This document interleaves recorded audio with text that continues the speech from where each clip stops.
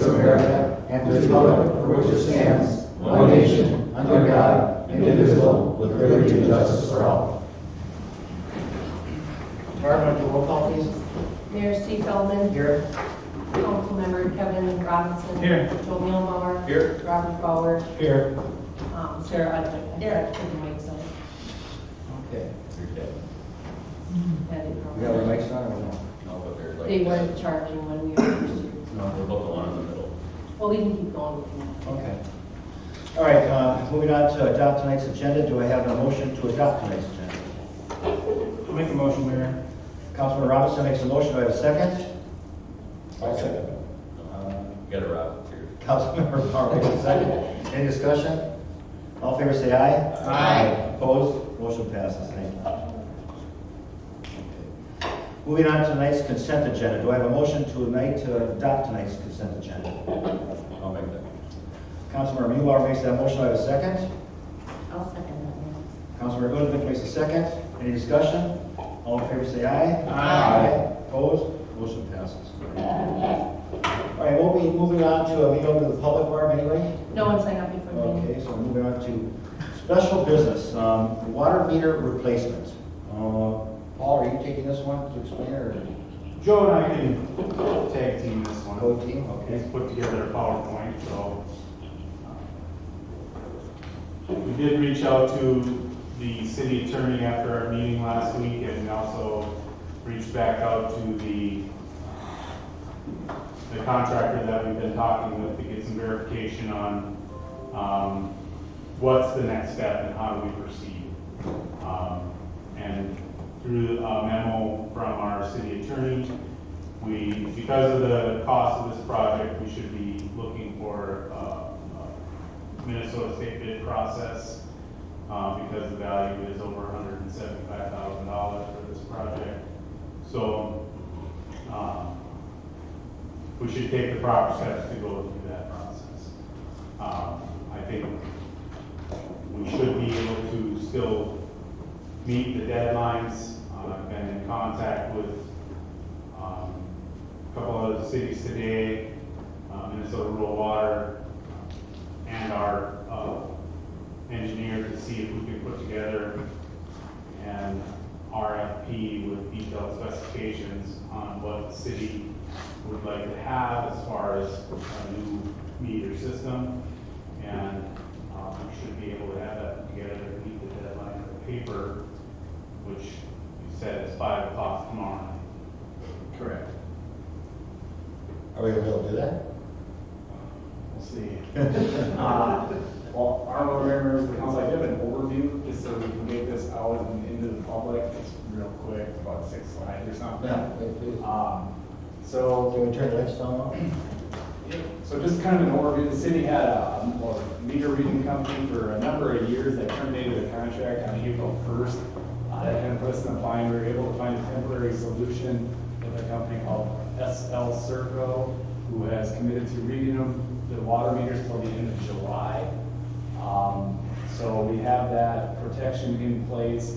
The cost of reading meters is approximately a $36,000 annual contract just to hire a company and get out there monthly to read all the water meters within town. Potential solution that was talked about at the work session last week. The meter reading technology has advanced quite a bit with remote reading. So you don't have to send people out to someone's house every single month. You can just read it from a radio read down at Paul's building, and we can set up to just download the readings right from within an office. Another issue that the city does face is that meters start to read slowly over time. So we pump more water than we bill for. So some of that can be water main breaks, some of it can just maybe be water theft. I don't know, but also there's a potential that a significant amount is just not being billed because the meters are reading much slower than they should be, because they corrode and other things like that. So the radio read technology would allow the city staff to view basically real-time billing. If someone was not at their house and they said, my bills are really high, they'd be able to see if the water is constantly running, and there would be some features like that if the city moves that way in the future. Estimated cost anywhere from $500,000 to $650,000, depending on if you pay cash finance it or what the bids come back at. This could be spread out over the course of 10 years. It's anticipated that it's for sure that the $36,000 meter contract would go away if we were to get the radio read technology. So the approximate difference of about $40,000 a year would be split amongst the water and sewer funds, which is probably less than 1 or 2% of those funds. So it's not a significant amount of those enterprise funds that will be coming out of there to make the payments on them. Potential timeline, Paul kind of touched on this, so we're looking at trying to get an advertisement out in the paper tomorrow. It has to be published for 10 days, so it would get published Friday on the 21st. Probably the biggest obstacle is, per state law, the contract has to be written open-ended so that basically any meter company can bid on it. We're trying to find an existing RFP that a city has done in the past, that can do a quick turnaround, make some edits to it, and then just get it out there, make sure that it fits what we're looking for as well. So that's kind of the hurdle in front of us, is to get that RFP established and out tomorrow. We would receive bids the week of July 1st or July 8th. And then we would consider bids for council approval on July 15th. The city expects that it would take approximately 20 weeks. One company had said that they could do probably only 17, but we're just going to give us a padding in there, so this could potentially be all replaced and up and running by December of 2019 if everything goes accordingly to that timeline. We're hoping we don't see any hiccups tomorrow with that RFP, but it is entirely possible that it does kind of derail the whole process. So with that, we'll try to answer any questions and see if there's any comments or concerns. Have you reached out to Ramsey? Because when I looked at Ramsey, they did just this. I have not. Paul is the meter contact person. We haven't reached out to them yet. They're doing a little bit of a different process. Right, but they did change out the meters when I lived there, so that can help you. But also, just for the audience viewing in, can you explain some of the benefits of this, Paul, as you did into our work session? Benefits of being able to monitor this better. If you see a spike in someone's usage or whatever, you can be more on top of it than before. Sure. Joe touched on a lot of that stuff already. I think the biggest benefit that we could see with the AMI system is we can have daily review by staff of the system, and that would allow us to see any spikes in use overnight. Anytime the staff comes in the morning, we can have it set up and programmed into this software where it will give us an alarm.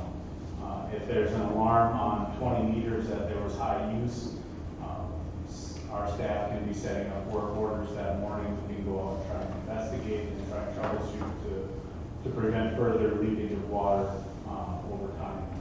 Where we don't see that right now is it might go a month before we see a spike in use because of the metering. So that's a really huge benefit that would help being able to capture those leaks quicker rather than later.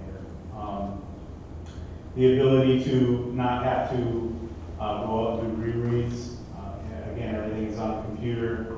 If there's a question in somebody's bill, the customer can call in.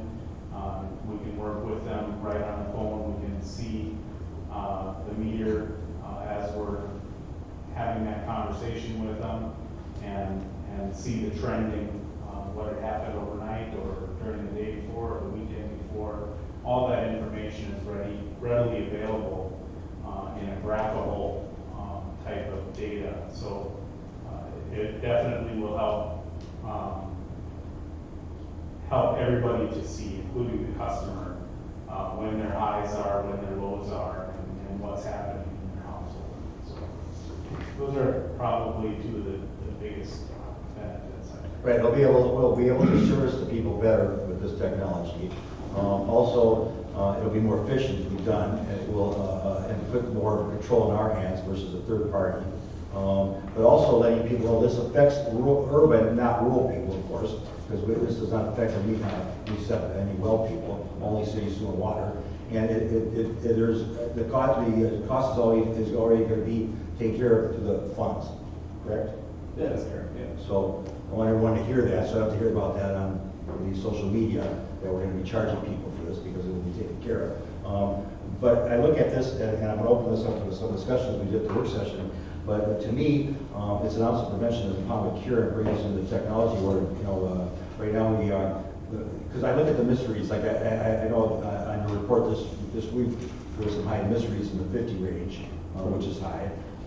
That will pretty much go away with this new technology, and put the control in our hands, which is where I think it should be. So I like the thought of it. I think it's really one of those also prevention, pound of cure type of thing, on using technology to advantage benefit our residents, especially with our high water rates. This will help them out a lot in the long run. So I like the idea. Sarah, I'm gonna open this up for discussion to you. I really want to reiterate too that I think this is going to help lots of people because when you don't get that bill for a whole month, that's a lot of water. And this way, the staff will see it, they'll get it taken care of. If they have questions, they can actually call our staff and get an immediate answer. Whereas now you have to wait until, you get hold of the billing company, they get hold of the city, then they have to go back and forth. So I think this is going to be a huge benefit for the residents. I just want to say, we as the city of St. Francis, we have to come into the 2000s with our technology. There's some meters out there from the 70s, and we're paying the company a lot of money to come out and read those. We're paying our staff to come out and do rereads. I think this is a great benefit for all the residents that pay on the expensive water. I think it'll be a savings down the long run for all of our residents to be able to see how much water is going out and get better billing and better understanding of our water usage. Thank you. Joe? Well, you mentioned software or something we didn't talk about in the work session that I thought of. Is the software, it's a special software program that comes with the meters? Is there an annual charge to that? The quote that we have seen, or the information that we have seen, is there is likely going to be various software depending upon which vendor gets the job. Yes, there is typically some annual software and updates that will have some costs associated with that. And then do you know if the life expectancy of the newer meters is the same as the old meters, or is it shorter or longer? Again, there's different technologies out there. The information that we have seen so far is a 20-year expected life on batteries in these meters that we're looking at. I know you mentioned too with better customer service, and I think that's, since we are basically a service provider, I think that's important. Taylor? Yeah, some of the items we've already touched on, but the technology is here and we should use it. Information in real time is important, and like Sarah said, you're reducing somewhat of a middleman in there. When somebody has a problem, they can call. What I really like about this, especially, it doesn't expand government. We're not adding any employees. We have existing employees that have the skill sets to do this.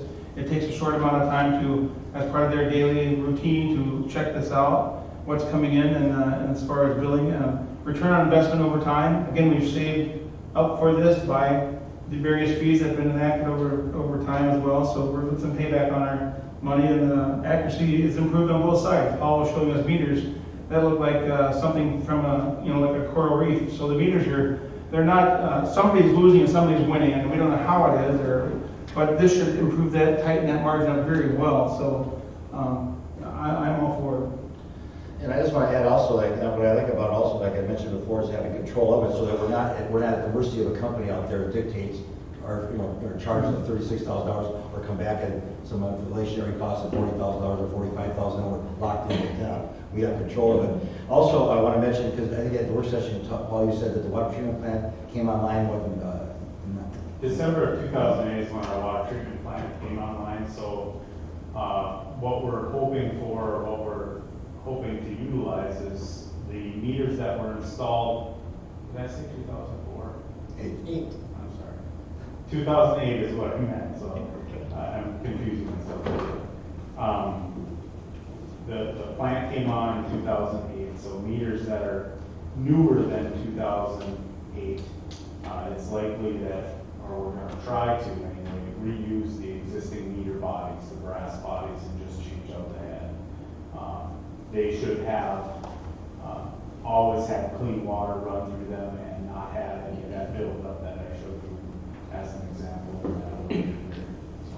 Because you're treating the water better now, so anything prior to 2008, of course, would be affected. So where we can, we'll be changing out the heads of the meters. Where we can't, we'll change out the whole meters. But do I think long-term it's a good cost-to-benefit ratio?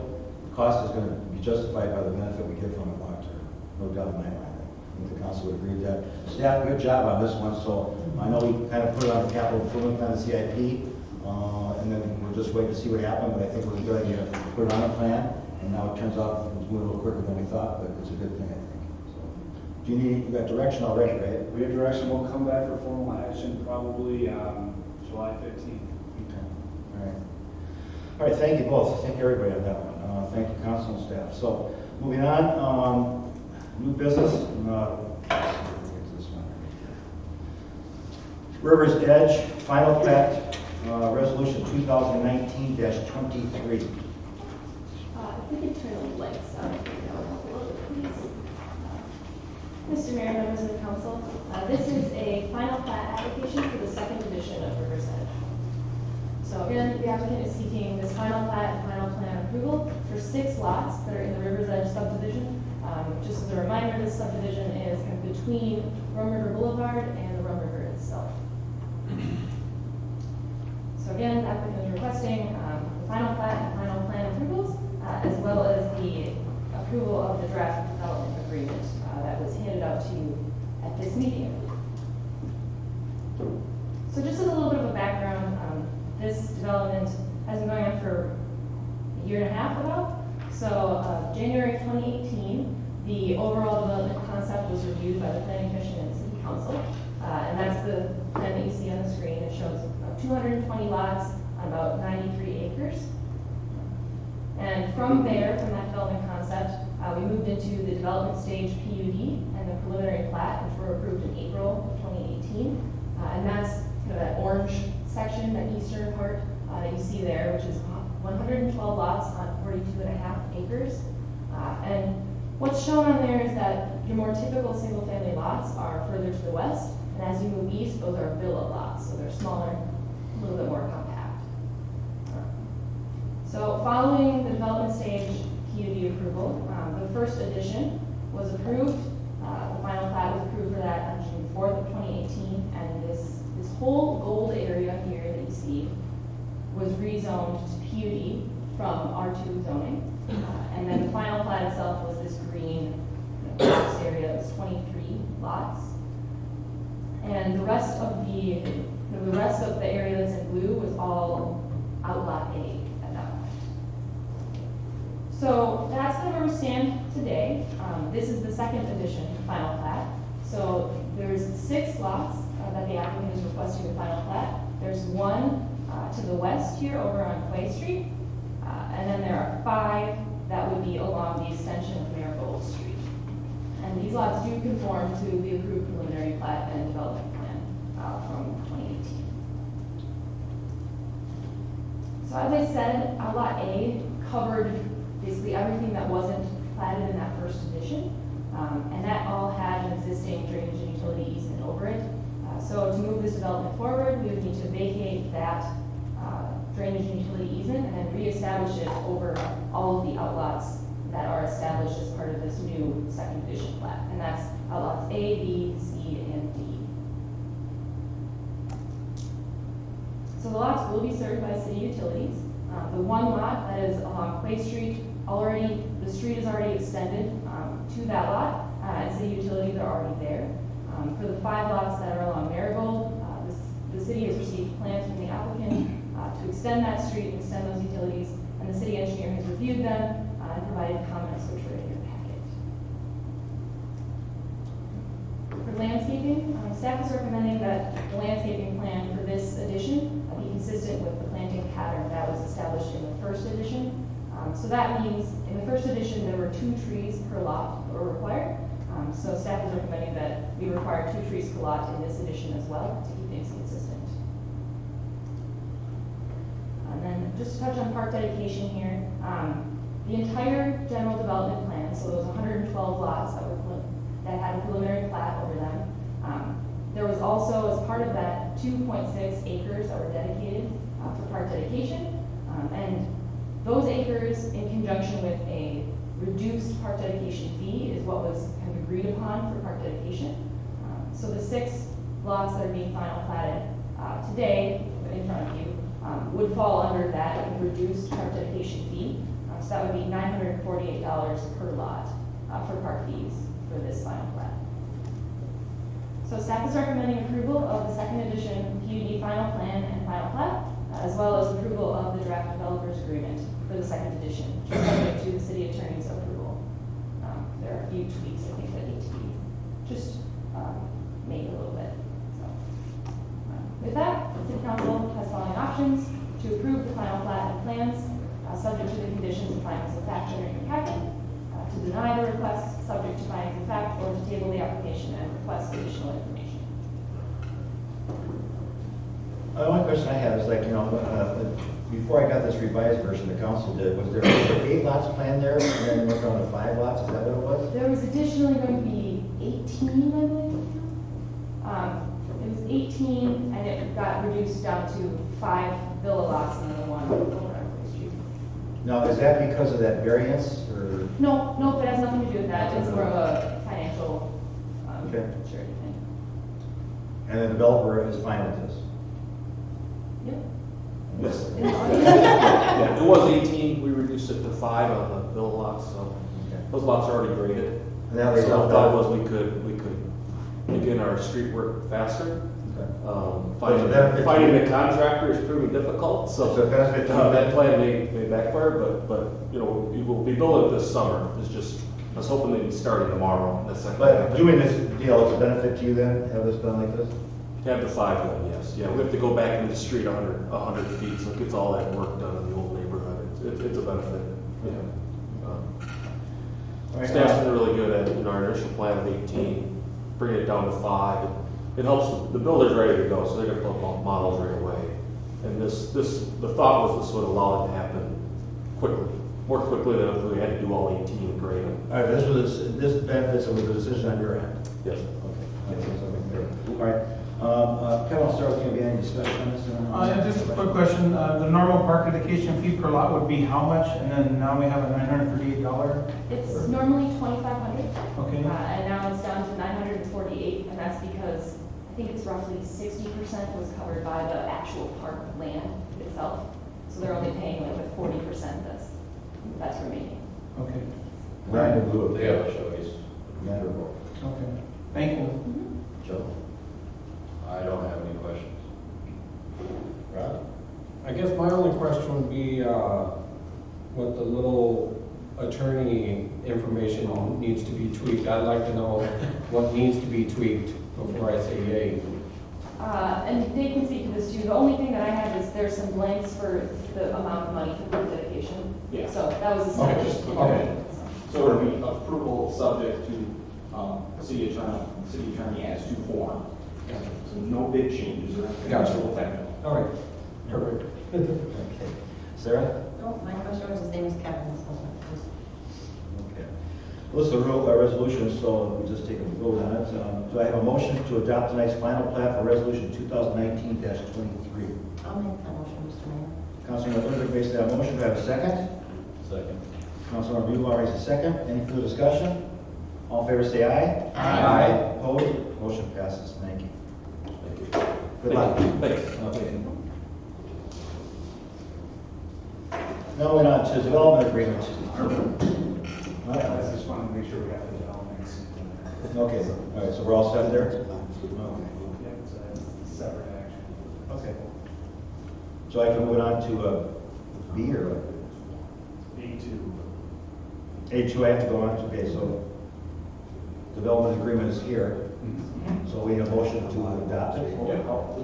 Adopt the agreement, subject to approval by the city attorney as to form. Okay, do I have a motion for that? I would It's like on to the make screen, if that helps.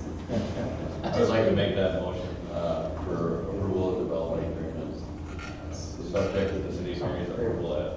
Oh, there you go. got this ready. I'll second that. Okay, I have a first and a second, Councilman Rebar, Councilman Bauer. Any further discussion? All in favor, say aye. Aye. Opposed, motion passes. Thank you. Thank you, Beth. Thank you, everybody. All right, moving on to 2019 street rehabilitation project, accepting bid and awarding project resolution 2019-24. Thank you, Mr. Mayor, members of the council. This item includes consideration of the bids for the 2019 street rehabilitation project.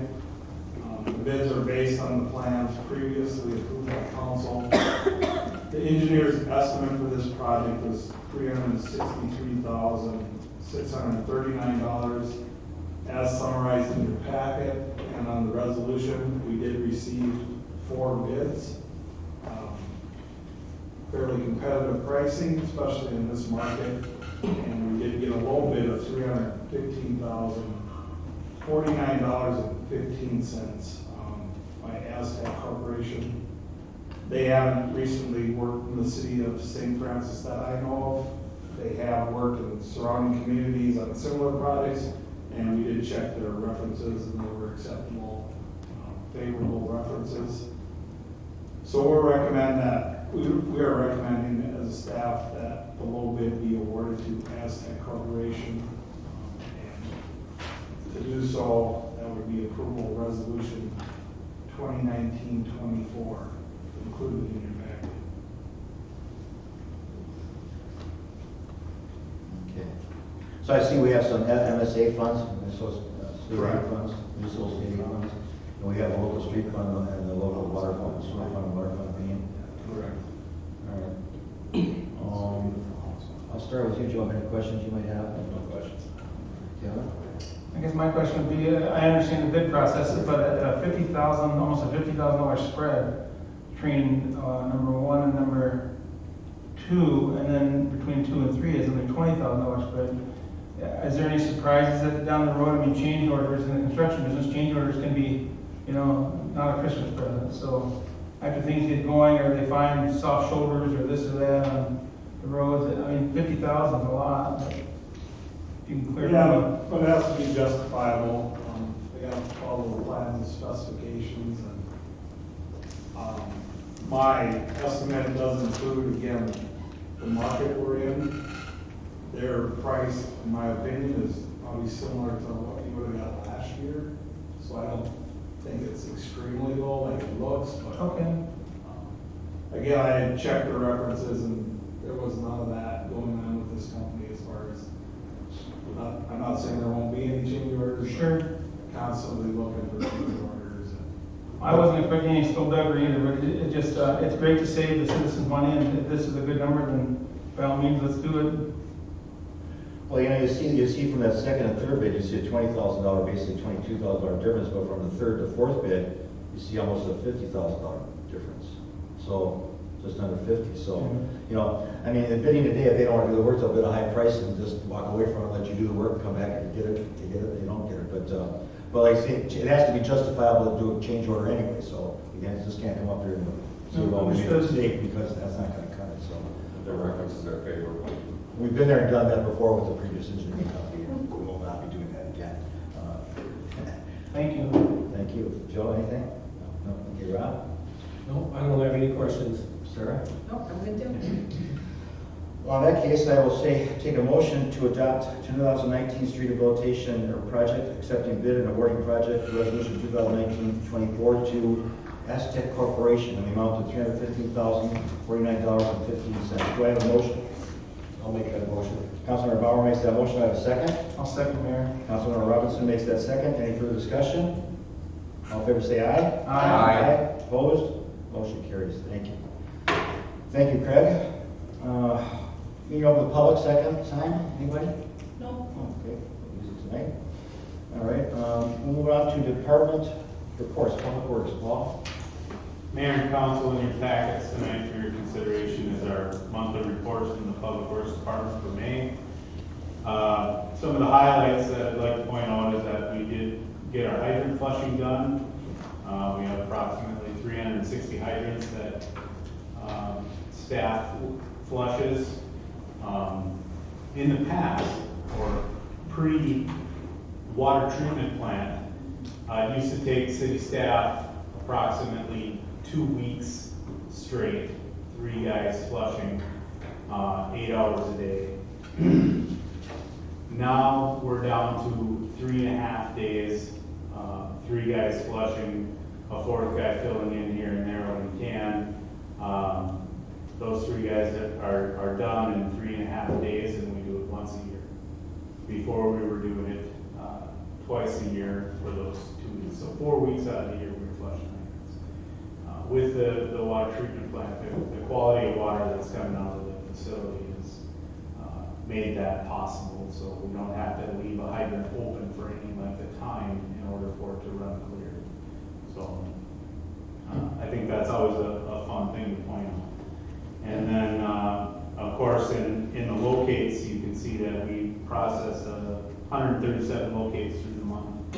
So that tells us that things are busy, residents are busy, they're digging in their yards, doing projects and sprucing up their homes. So that's nice to see as well. The streets and parks portion of things, a lot of mowing right out of the gate here. We're wet and we're growing grass like crazy, so it's a good thing to see a lot of activities happening in parks. With that, I'll answer any questions that council might have. Well, on page 2, it says lift station inspections, 153. So inspect 8 lift stations daily and calculate pump run times. Am I reading something wrong, or explain it to me? So we're at those lift stations every day that staff is here. So there's 8 lift stations a day, and you multiply that by how many days in the month that we're here. Okay, so you check them out every day then? Yeah. Okay. And then also, as I mentioned earlier, the rereads at 50.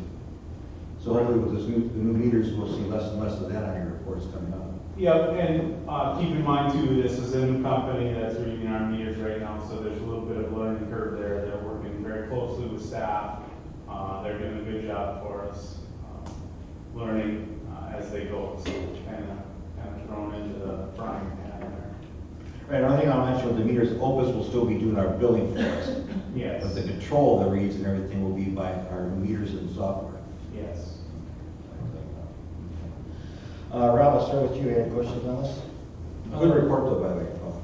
Yeah, very good report, Paul.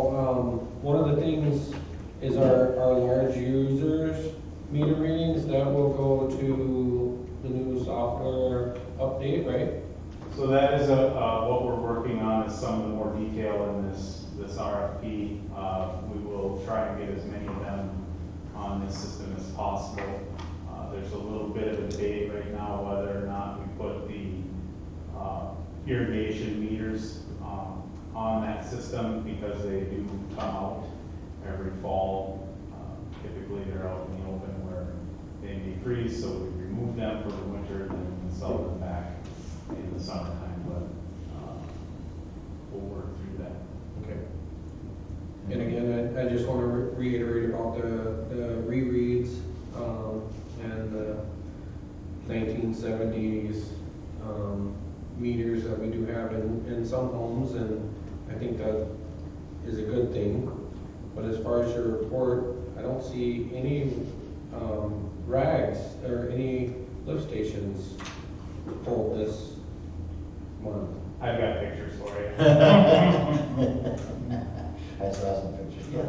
All right, I didn't see it in here, but again,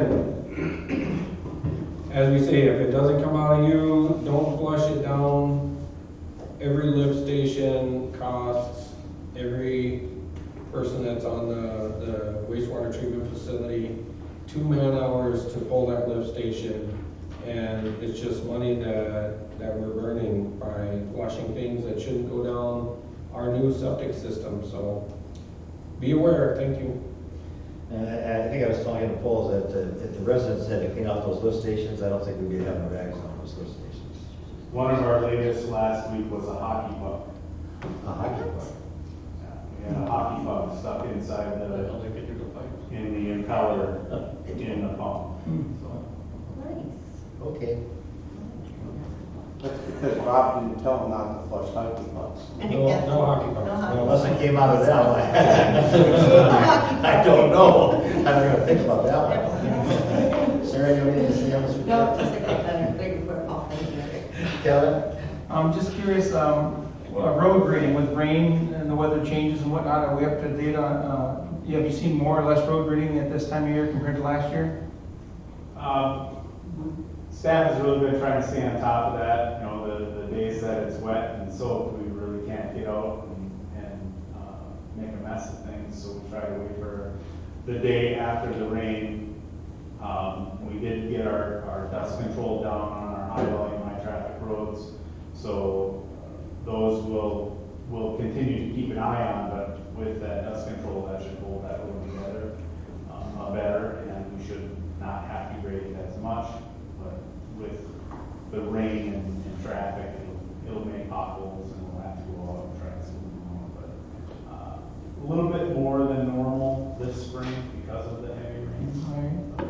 And then pothole, this time of year, residents, I haven't heard any personally, but you drive around, you see, how is your schedule for everything, any little minor potholes that are still out there lingering that you guys, you know about, but you're just getting there soon? So there might be a few out there that we'll take care of with some cold patch, but we have had our contractor out. They've completed all their infrared patching. They've completed the skin patching that council approved here a few weeks ago or a month ago or so. But that is all complete. Okay. So it should be good. All right, thank you. Joe? I don't have any questions, but keep up the good work, Paul. I know with everything that you've done since I've been on the council, I know being responsible with all the equipment and trying to save money where you can. I just want to commend you for that. Thank you. I think you did a great job getting that, infrared patching for the parade, 500 days was really good, so. Good on you for that. Thank you. All right, moving on to, council member reports. Sarah, we'll start with you. I attended Pioneer Days. It was a really fun, great event. The parade was wonderful. I did go to the ambassador's coronation at the park, and that was a really fun time. Those girls sure do know how to speak in front of a crowd. It's very impressive. And that's about all. Oh, other than, I do want to point out that the next Monday school board meeting is Troy Ferguson's last meeting as superintendent for St. Francis Area Schools. Rob? I did attend Pioneer Days. I did not find the medallion. It was found before I could find it, but I enjoyed Pioneer Days this year. There was a lot of our larger businesses that contributed to a lot of fun. I did win the beanbag tournament at the Legion this year. So next year we'll have city competition. If you want to come out and win the beanbag tournament. But the park was a great showing at the park. And I just want to say thanks to all the police officers. It's been a rough couple of days here. I appreciate all their hard work, and the fire department as well. We put all of our residents, we prayed for them out there, and we did have a couple of accidents that, I want to thank you guys for, being professional and taking care of those. Joe? I have to second that with the accidents. Pioneer Days, I didn't get to enjoy it as much as I'd like to this year. My son had a baseball tournament, so I was out of that most of the weekend. I was a little bit Friday. I did catch right as the fireworks were starting. I got home and I had to watch them on my deck. They were good as usual. Other than that, I don't have anything. Kevin? I just want to say, again, thanks to law enforcement and fire also. There's, especially the public might not know, but we get what's called an off-week memo that Barb and Joe put together, and it's really good to read, and it's information that happens behind the scenes you don't know about, but I'm still concerned about the amount of DUIs that happens in this town. And like the police chief has reiterated before, they're not our citizens always, they're people passing through. but some of the levels of 3 times and 2 times the limit, it's astonishing. So please be careful out there with your kids and bikes, and because obviously other people don't have any regard for human life when they're driving through here. And the hours of day, like you said, 10 in the morning, 3 in the afternoon. I mean, it's not just somebody coming from a saloon or an eatery. It's still unbelievable. It shocks me. But other than that, again, thanks. Also, last week we had a 2-hour and 45-minute work session. We do record it for the public's sake as well as liability and whatnot. But I just want to commend the group that I work with here. That, like the mayor said, we can be candid. We can talk about stuff and throw, as I say, spitballs and talk about things and work stuff that we don't want to take up all your time with, but stuff that has to be hashed out. So, and again, Joe and Barb and Kate and everybody, there's all the materials that we devour during those things. You know, people work hard during the week to get that stuff done. So I just want to say thank you for that. That's all I have. Thank you. I want to reach out to the chief, Todd, rather, to thank the reserve police. Your reserve officers for Pioneer Days did a great job, and to both the fire and police for the accidents and that. It's hard to read those reports and fatalities and stuff like that. So we're not there, and you are. So my hats off to you. I was out at Ambassador program. It was a little short this year because we were under a tent. Usually goes, usually what happens is they'll give an interview question to each princess candidate. They didn't get to do that, just an introduction, all that. It was really short because it was hot under the tent. Next year, hopefully, we'll be back in the school, where it's air conditioned and that, but a bigger crowd. But the girls do an excellent job. I want to, hats off to Jackie and Malcolm Beck and Steve Keenan, Jerry Tavine, all their staff and all the sponsors and everybody, because they did a great job. It's fun. It's hard enough for me to talk in front of an audience, and these little girls get up there and talk in front of a whole crowd. It's amazing to me. I want to also ask Craig about Riverbank project is going to start when? Is that going to be July for that area? Correct. Okay, so everybody who's ever listening in, July, notifications will be. They were sent the letter. Already sent letters. Recently, yes. Okay, that's probably why we haven't heard anything as well on that. Also, I just want to mention that, again, as we mentioned about the meters and stuff like this, we're looking out 20, 25 years here, planning to do things in a proper way here to get more bang for your dollar. As I've stated many times before, cities will always have to spend money to provide the services that residents want. And to do that, it costs. I'd like to tell you that we do it for free. Maybe it's more so for the council's amount of money that we get, but we do it because we love the city. Staff does a great job here, and yet we need your help to help serve you better. So I can't emphasize enough that when you have a problem, as I've stated in newsletters many times, and at council meetings many times, come forth, bring your issue or concern to us, and let us address it. We may not be able to give you the answer you want to hear, but we will look into it fully and give you a truthful, researched answer. I can't emphasize that enough over and over again, because as I go on continuously reading these social media pages and stuff like this, and the overblown responses to things here, what frustrates me the most is when given the facts to people, they still want to believe the distortion over the facts. Please, as Kevin alluded to, very well put months ago at a meeting here, if you can take 30 minutes to put it on your keyboard, take 15 minutes of that and come to us and talk to us. Talk to us. Because the distortions don't help us here. It undermines everything we're trying to do to serve you better. Also, I want to ask Kate, you told me earlier about MnDOT. Don't worry, I'm just going to ask a question about MnDOT. MnDOT has 2 more meetings set up. I think you said September and another one. And then there'll be a design plan that they'll be showing us. So if you want to know more about that, again, go to our website, hold your cursor on our community. When the window pops up, go on the lower left corner, will be a link to MnDOT, and you can find out exactly what's going on, because we want your input, because this corridor change is going to happen from Public Works all the way down to Ambassador. It started out right now with a stoplight on Pedersen, which is a priority intersection, and I think it's making a big change here. Just the look of it alone is a difference to me, red light versus the yellow light. But I can say to you that if you want to know what's going on, be part of it. Don't be on the sidelines and complain later on that your input didn't get heard. Because if you're not there at those meetings and discussing with us or sending your input to us in some form by calling us or emailing us or whatever, you really don't have much to say at the end of the result. But we want your input business-wise, we want your input community-wise to help us make this a safer road and a better a better, safer roadway for business and for pedestrians.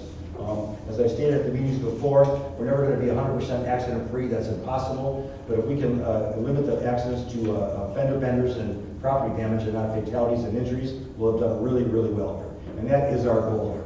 So I know Case told council before that these changes they do here are meant to last 50+ years here. So this is the time to come forth and put your 2 cents in and be part of the discussion and part of the cure. Took us a long time here. As I said before, in the first council, when I ran in 17, and Rob and Joe were with me at that time, we talked and with staff, we had many meetings with MnDOT. It just didn't seem to get across to MnDOT. These 2 girls got in an accident that seemed to really open up everybody's eyes and ears to the problem. And now with this council, new members of this council, with Sarah and Kevin on there in the same frame of thought here, safety is our first endeavor here and our first goal here. So once again, we need your help. Reach out, businesses and community, reach out to help us serve you better and make this change here a big change for everybody involved.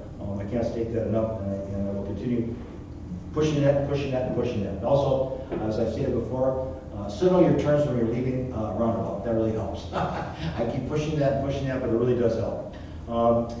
Also, July 4th, of course, the city office will be closed. I hope everybody enjoys it. Summer seems to, we have no spring anymore, so it goes pretty much from winter to summer. My wife calls it from white to orange, snow to road construction. So I guess that really works. Also, you see Quick Trip is coming. I think this is really good, something to see here. Amazed how fast they work, like a beehive or ants, just working all in conjunction with each other. Still on schedule, I take it, Joe, for August 15th at 5 a.m. Yes. on a Thursday. So I'm looking forward to it. I hear they're gonna have fried chicken.